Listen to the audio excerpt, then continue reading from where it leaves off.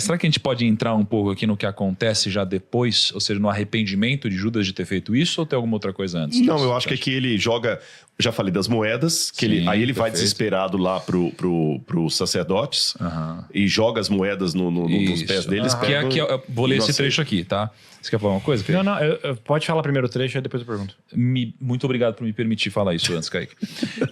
Tô brincando, cara. Mateus 27, 3, 5 diz: Quando Judas, que o havia traído, viu que Jesus fora condenado, foi tomado de remorso e devolveu aos chefes dos sacerdotes e aos líderes religiosos as 30 moedas de prata. E disse: pequei, pois traí sangue inocente, que eles retrucaram. Que nos importa? A responsabilidade é sua. Então Judas jogou o dinheiro dentro do templo, saindo, foi e enforcou-se. Caraca. E aí ele se matou. Deixa eu, antes de perguntar pro Rodrigo, assim, vendo isso daqui, o que vocês entendem que aconteceu aqui? Porque para mim isso daqui é a maior incógnita. Eu gostei da sua tradução, do você viu? Tomado de remorso. Então que já meio que traz um pouco... Mas enfim, como que vocês leem? O que vocês entendem disso? O cara, ele se arrependeu, não achou uma saída, ninguém perdoou ele, porque provavelmente ele voltou pro sacerdote porque se ele falou, eu pequei, ele queria um perdão. E o cara, tipo, não perdoou, ele falou, o problema é seu, basicamente. E eu não sei se eu posso usar essa frase, mas tipo assim, o cara ficou louco e fraco ao ponto de...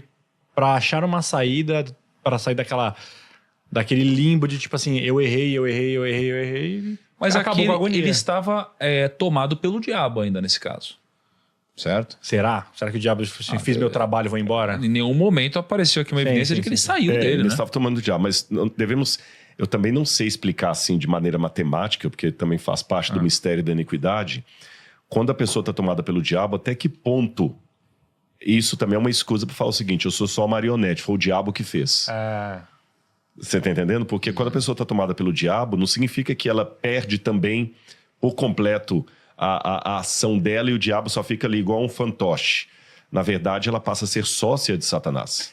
Quando fala tomado pro diabo, eu imagino que a opção ruim fique mais atrativa, não que seja predominante, entendeu? Eu acho que é como se fosse assim, ó, seja... Tipo assim, ó, você fala assim, ó, tem R$1 milhão aqui na mesa. Fala assim, Kaique, isso aqui não é seu. Mas você também, tipo assim, poderia roubar sem você ver. E tem um caminho aqui pra eu conseguir 1 milhão trabalhando duro 10 anos. É uma coisa mais atrativa. Eu poderia pegar aqui e colocar no meu bolso, mas não, vou escolher essa opção aqui, que é a opção. Tipo, a saída mais fácil, por assim dizer, né? Eu tava perguntando pra vocês antes, você quer falar, Lucão, um pouco do que você interpreta aqui? Não, é que se a hipótese levantada é que Judas queria que Jesus se revelasse aí, como, sei lá, na hora que os caras viessem pegar ele, alguma coisa assim, que ele, cara, enfim, meteoro, sei lá, poder, guerra e o caramba. Como não aconteceu isso, talvez ele... Se arrependeu. Não se arrependeu, mas ele não aguentou o fato de não ter dado certo. Entendeu? O plano. Porque assim, por que eu perguntei pra vocês? Porque, pra mim, isso daqui é o grande questionamento do episódio. A gente tava comemorando 1 ano de casados agora, 1 mês talvez, né? Alguma coisa assim, a gente tava lá no hotel conversando. Foi dia 30 de agosto. Foi dia 30 de agosto. Então, faz pouco tempo. E daí tava o Rodrigo Silva lá, tava o Kaique também. Aí eu perguntei pro Rodrigo, né? E eu tinha quase que certeza disso, tá? Eu falei, cara, Judas, ele foi pro céu. Que isso? Essa foi a minha hipótese. Judas foi pro céu. Eu falei, por quê? Porque, cara, ele fez cagada, só que ele se arrependeu. E aí, ele se arrependeu tanto no nível de que, cara, ele não conseguia conviver com a besteira que ele tinha feito. Ou seja, ele se arrependeu e aí ele se matou até. E não, obviamente, concordando com o que aconteceu sobre ter se matado, mas ele se arrependeu. Ele não conseguiu conviver com a besteira. Porque se alguém convive com isso normalmente... Gosta de ter um monte de gente que assassina, que peca e tal, e convive com isso. Ele não, ele falou, cara, não acredito que besteira que eu fiz. E aqui diz, pequei, pois traí sangue inocente. Então ele tinha clareza disso, ele tinha clareza que ele pecou, né? E aí depois ele se matou. Aí quando eu olhei pra isso, eu inclusive estava conversando com algumas pessoas pensando, caramba, um pouco na lógica do Lucão. Muitos cristãos olham pra isso e julgam e falam, poxa, mas aí o cara traiu Jesus e foi pro céu? Ou o cara fez toda a cagada do mundo, no final se arrependeu e foi pro céu? E pelo fato, justamente, de ter uma opinião pública tão massiva a favor de algo, eu também uso isso como argumento para mim, que geralmente a massa está errada. Geralmente.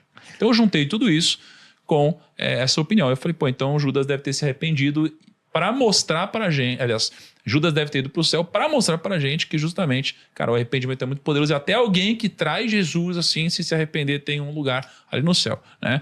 Então eu criei essa hipótese, eu perguntei pro Rodrigo, falei, Rodrigo, Judas foi pro céu? Aí ele falou, não.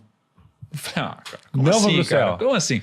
É então, isso. eu queria te Corrompeu perguntar. a alma e... Queria te perguntar sobre duas esferas aqui. Primeiro, Judas foi pro céu? E segundo, se ele não foi pro céu, o que é justo aqui quando a gente olha sobre a ótica de livre-arbítrio ou predestinação? Excelente. Eu posso responder de trás para frente? Claro.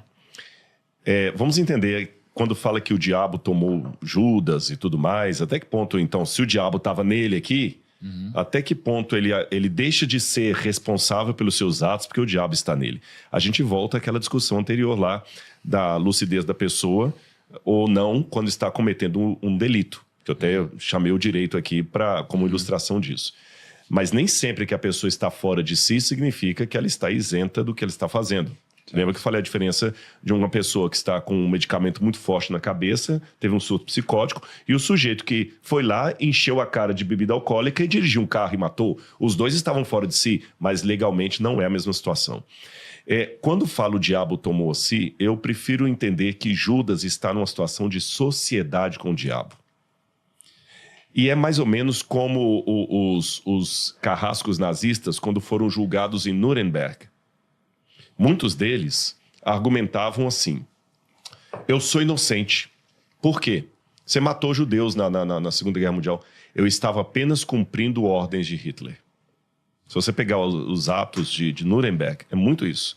Eu estava cumprindo ordens. Mas nós sabemos que, embora ele estava cumprindo ordens, isso não é uma mentira, isso não o isenta do assassinato de judeus. Concorda comigo?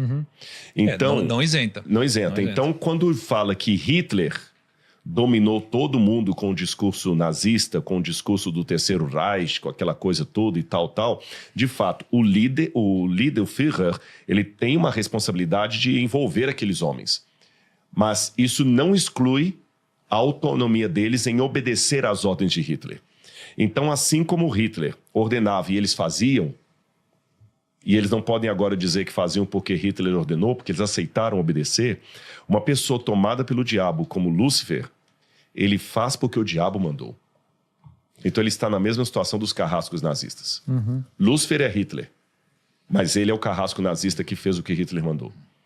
Então, tomado pelo diabo, da mesma maneira que ele falou, estava tomado por Hitler, com toda a ideologia do nazismo. Mas será que, no no exemplo das prostitutas que você usou, será que isso aqui não se enquadraria de uma forma parecida com aquela prostituta que gosta, sei lá, desse cenário e aquela que teve aquela situação? Porque eu vi um experimento, cara, falando sobre isso, onde a gente dizia, eu nunca faria isso que eles fizeram, né, de matar alguém porque Hitler mandou e tal.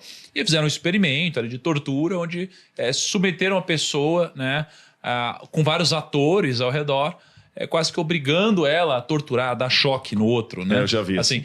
E aí ficou comprovado que qualquer pessoa, né, não sei se era qualquer pessoa, mas de uma forma geral, as pessoas, de uma forma massificada, elas torturariam alguém, mesmo dizendo que elas não a torturariam se elas estivessem submetidas a uma situação parecida. Eu fico pensando, caraca, então assim, qual que é a culpa da pessoa de ter nascido ali? Entendi. Que é um pouco do que você citou. E óbvio, não passando mão, pelo amor de Deus, Claro, né? claro. Cagada Não, ali que fizeram.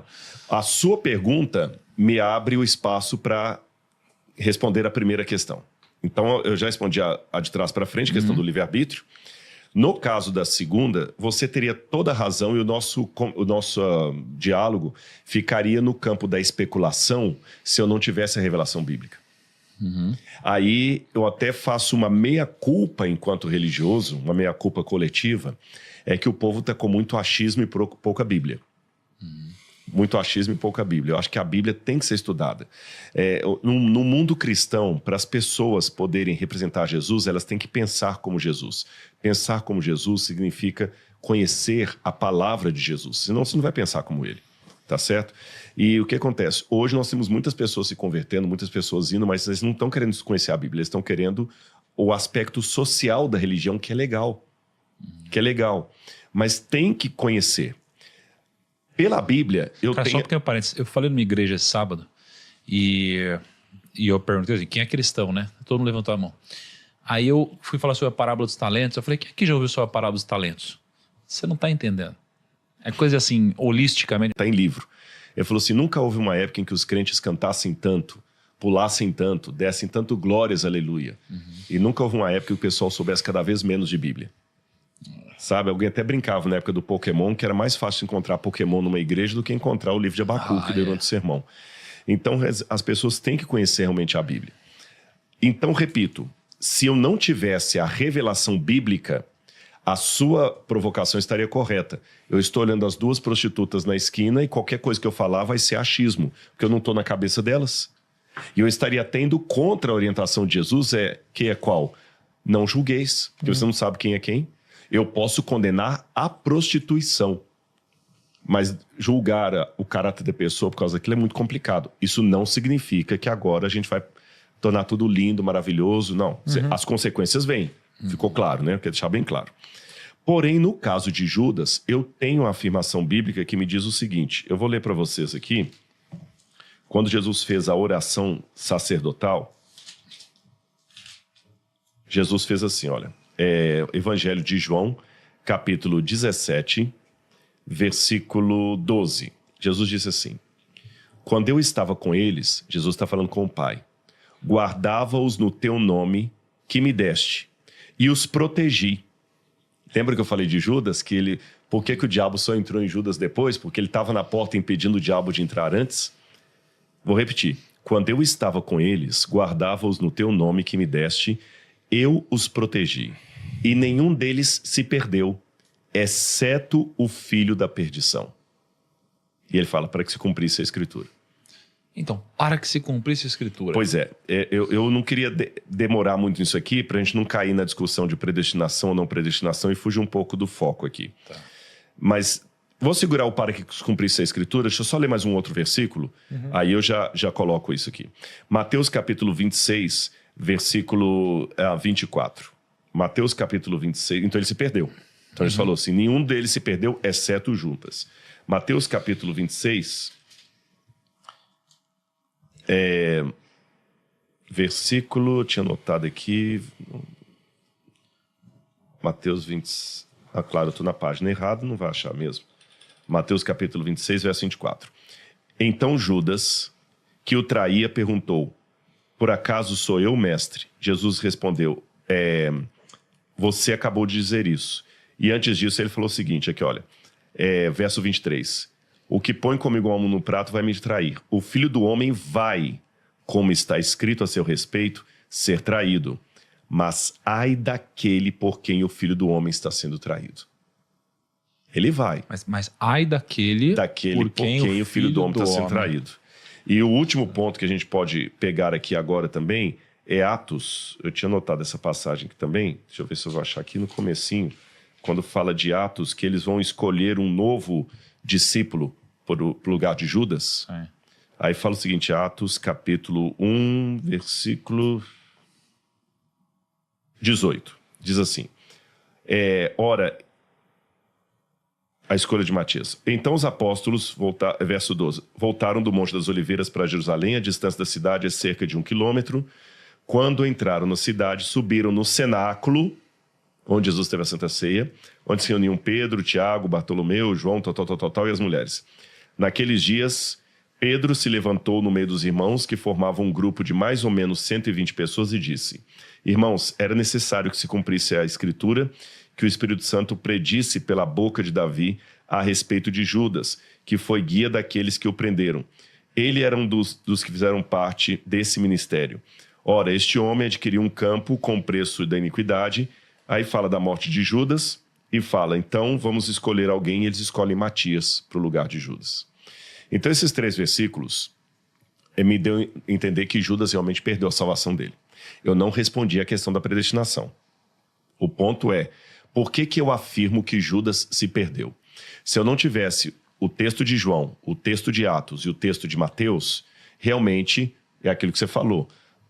São 2 prostitutas na esquina. Como é que eu posso saber que a Maria é a prostituta perversa E a Joaquina é a prostituta que, coitada, caiu naquela situação. A gente não sabe, mas no caso de Judas eu sei porque eu tenho a revelação bíblica que me dá essa informação. Antes de entrar na questão da predestinação, porque eu não respondi isso ainda. Esse ponto que ele se perdeu ficou claro? Mas o que você está usando como argumento é que ele não entrou no céu é porque ele se perdeu. Jesus fala, nenhum deles se perdeu, exceto Judas. Se ele tivesse arrependido, Jesus não diria, exceto Judas. Jesus diria, nenhum deles se perdeu. Faz sentido. Mas, porque assim, eu tenho 3 filhos. E aí 2 deles vão muito bem na vida, uma carreira encaminhada. Eu falo, pô, mas desses 3 filhos meus aqui, só um que se perdeu, cara. Foi para as drogas e tal. Isso não significa que ele não entrou no céu. Veja bem, mas como Jesus está colocando para o pai, ele está colocando quase que um relatório. Ele está dizendo para quem isso Pro daí? pai. Pro pai. Pro pai. Foi na oração sacerdotal. Entendi. Ele fala, pai, Entendi. aqui estão todos os que me deste nesse mundo. E nenhum deles se perdeu, exceto Judas. Entendi. Então, se nenhum deles se perdeu, não é... Veja bem, quando você fala como pai assim, eu tenho 3 filhos, 2 deram certo na vida, 1 se perdeu, não se adequa ao caso de Jesus, porque dos 12, se olhar assim como uma empresa, os 2 se perderam, os 12 se perderam, porque Pedro tinha negado Jesus. Em poucos minutos depois, todos os demais fugiriam, exceto João, que ficou até na cruz do Calvário. Todo mundo caiu fora com medo. Tomé nutria dúvida da palavra de Jesus até na hora que o viu ressuscitado. 2 discípulos, Clopas e não falo o nome do outro, que estavam indo no caminho de Emaús, também acharam que Jesus tinha sido um fracassado. Quando Jesus estava subindo ao céu ressurreto, eles ainda perguntaram assim, é nesse tempo que o Senhor vai restaurar o reino a Israel? Quer dizer, os próprios discípulos demonstravam ser um fracasso. Eles não tinham entendido a mensagem de Jesus, ainda estavam brigando pelo poder, ainda tinham um problema, ainda eram fracassados, e Pedro, dentro de poucas horas, iria negá-lo também. E ele falou que foi o diabo até que tomou Pedro, que uma hora que Jesus fala assim, Pedro, eu orei por você, porque o Satanás está querendo te cirandar. Então, na verdade, todos eles, do ponto de vista empresarial, eram um fracasso. Eu li uma vez na revista Inside Out um artigo que dizia assim que quando Jesus... É uma romance, é claro. O artigo romanceou a situação. Que Jesus deve ter subido ao céu e os anjos o aclamaram em seu retorno e falaram olhando para a terra assim, e então, Senhor, quais são os seus novos planos? Porque aqueles ali não deu muito certo, não. E ele olhou, não, são eles meus novos planos. Então, quando ele fala, pai, nenhum deles se perdeu, exceto o filho da perdição, Não, faz é sentido. determinante. Tá certo? Fora os outros 2 textos de Mateus que ele fala, e Mas daquele é uma pena isso, né? que vai trair. uma Mas eu pena não isso, né? respondi ao porquê, porque até aqui eu respondi que Judas se perdeu, mas eu não respondi ao ponto para que se cumprisse a profecia, e parece também que a perda dele não foi culpa dele, foi da profecia. Mas né? isso que é uma pena, porque assim, de alguma forma, alguém precisaria passar por esse processo. Poderia ser Judas ou não. Mas é uma pena... Você acredita que tinha que ser Judas? Acho que não. Eu acredito no livre-arbítrio. Então, eu também acredito que não. Se eu não acreditar no livre-arbítrio, minha vida seria completamente diferente. Eu acho que os 12 tinham a capacidade de trair Jesus.